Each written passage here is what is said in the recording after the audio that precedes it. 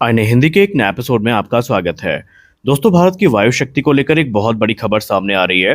भारत और फ्रांस के बीच प्रस्तावित 114 लड़ाकू विमानों की खरीद के लिए, जो कि खासकर राफेल लड़ाकू विमान है, एक नई जानकारी सामने आई है। बताया जा रहा है कि भारत इस बार सिर्फ लड़ाकू विमान खरीदने में बिल्कुल दिलचस्पी नहीं दिखा रहा है और वो फ्रांस के किसी पैतरे में फंस भी नहीं रहा है, बल्कि राफेल विमान से जुड़ी महत्वपूर्ण तकनीकों को भी भारत अब अपने देश में लाना चाहता है। यानी इस बार मामला केवल विमान खरीदने का नहीं, बल्कि भारत के रक्षा और एरोस्पेस उद्योग को अगले स्तर तक ले जाने का है। तो आखिरकार भारत ने फ्रांस के सामने कौन कौन सी शर्तें रखी हैं? क्या वास्तव में राफेल का इंजन, एयरफ्रेम और एवियोनिक्स तकनीक भारत को मिल सकती है? और ये डील भारतीय वायुसेना और देश की रक्षा आत्मनिर्भरता के लिए कितनी महत्वपूर्ण साबित हो सकती है? आइए विस्तार से समझते हैं। सबसे पहले बात करते हैं 114 राफेल लड़ाकू विमानों की आवश्यकता की। भारतीय वायुसेना लंबे समय से अपने लड़ाकू स्क्वाड्रन की संख्या को बढ़ाने का प्रयास कर रही है और वर्तमान में वायुसेना के पास स्वीकृत संख्या से या जो स्वीकार की गई संख्या है उससे भी कम स्क्वाड्रन है। ऐसे में नए लड़ाकू विमानों की आवश्यकता लगातार महसूस की जा रही है। भारत पहले ही 36 राफेल लड़ाकू विमानों को अपने बेड़े में शामिल कर चुका है और इन विमानों ने भारतीय वायुसेना की क्षमता को काफी हद तक बढ़ाया है। अब भारत बड़े पैमाने पर अतिरिक्त राफेल विमान की खरीद करने के बारे में विचार कर रहा है।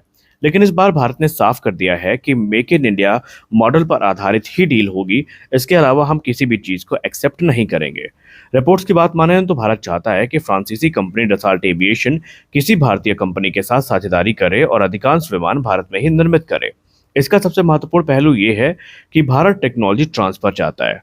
भारत चाहता है कि केवल विमानों की असेंबली ही भारत में ना हो, यानी स्क्रू ड्राइवर सिस्टम हमें नहीं चाहिए, बल्कि उनकी मूल तकनीकों का भी हस्तांतरण भारत के साथ किया जाए।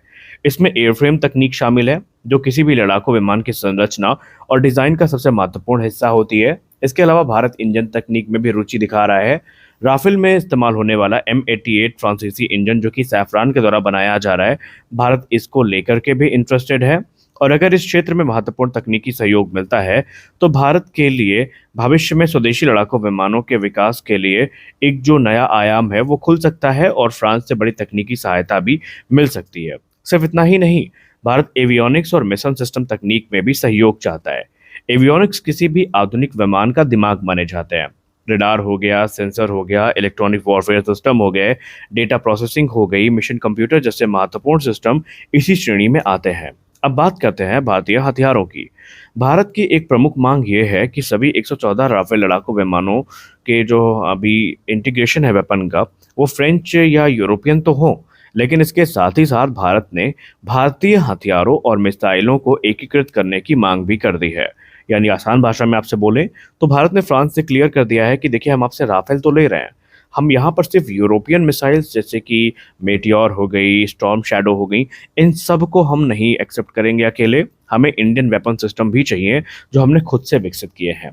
इसका मतलब ये है कि भविष्य में राफेल विमान भारतीय मिसाइलों, स्मार्ट हथियारों और अन्य स्वदेशी प्रणालियों का उपयोग कर सकेंगे।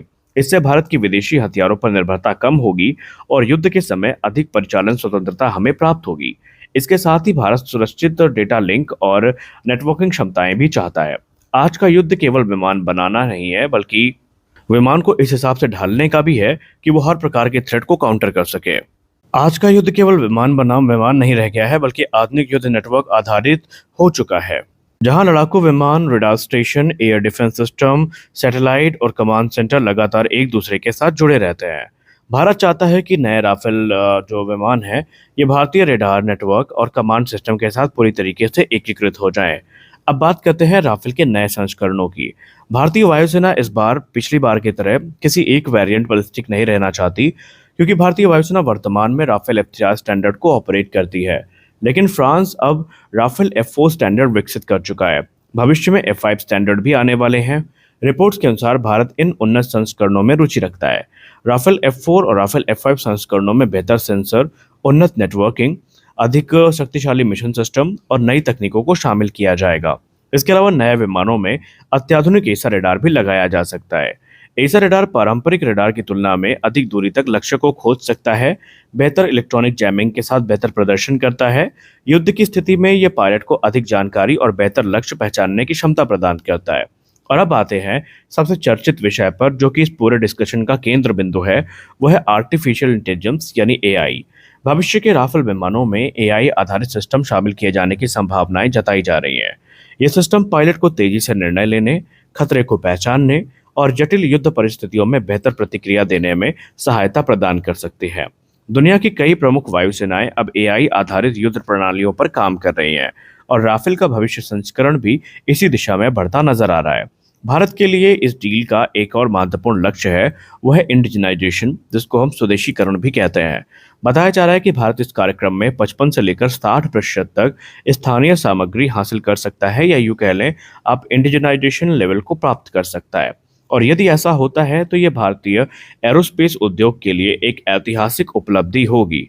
हजारों इंजीनियरों, तकनीशियनों और रक्षा कंपनियों को इसका लाभ मिलेगा। इससे देश में नई उत्पादन सुविधाएं विकसित होंगी और भविष्य के लड़ाकू विमान कार्यक्रम के लिए एक मजबूत औद्योगिक आधार तैयार होगा। दिलचस्प बात यह है कि भारतीय नौसेना पहले ही 26 राफेल मरीन विमानों को ऑर्डर दे चुकी है। इससे वायुसेना और नौसेना दोनों के पास समान प्रकार के विमान होंगे, जिससे प्रशिक्षण, स्पेयर पार्ट्स, रख रखाव, लॉजिस्टिक की लागत कम हो सकती है। और भारत ने अंबाला एयरफोर्स स्टेशन पे राफेल के लिए प्रशिक्षण और एमआरओ यानी मेंटेनेंस, रिपेयर एंड ओवरहॉल सुविधाएं भी स्थापित कर ली हैं।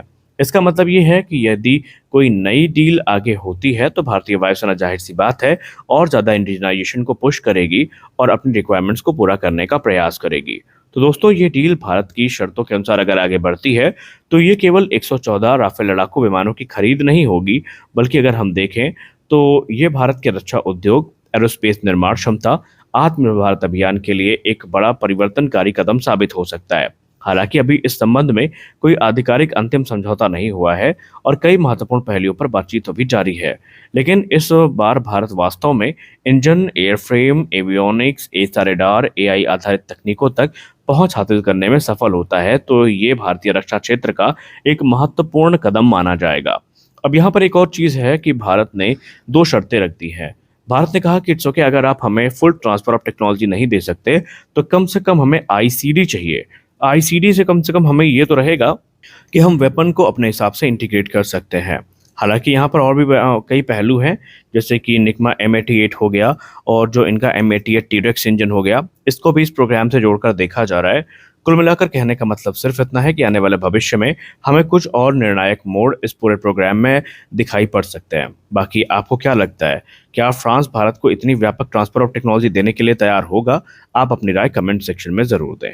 वीडियो पसंद आया हो तो लाइक करें, चैनल को सब्सक्राइब जरूर करें, बेल आइकन दबाना बिल्कुल ना भूलें। आज के इस वीडियो में बस इतना ही।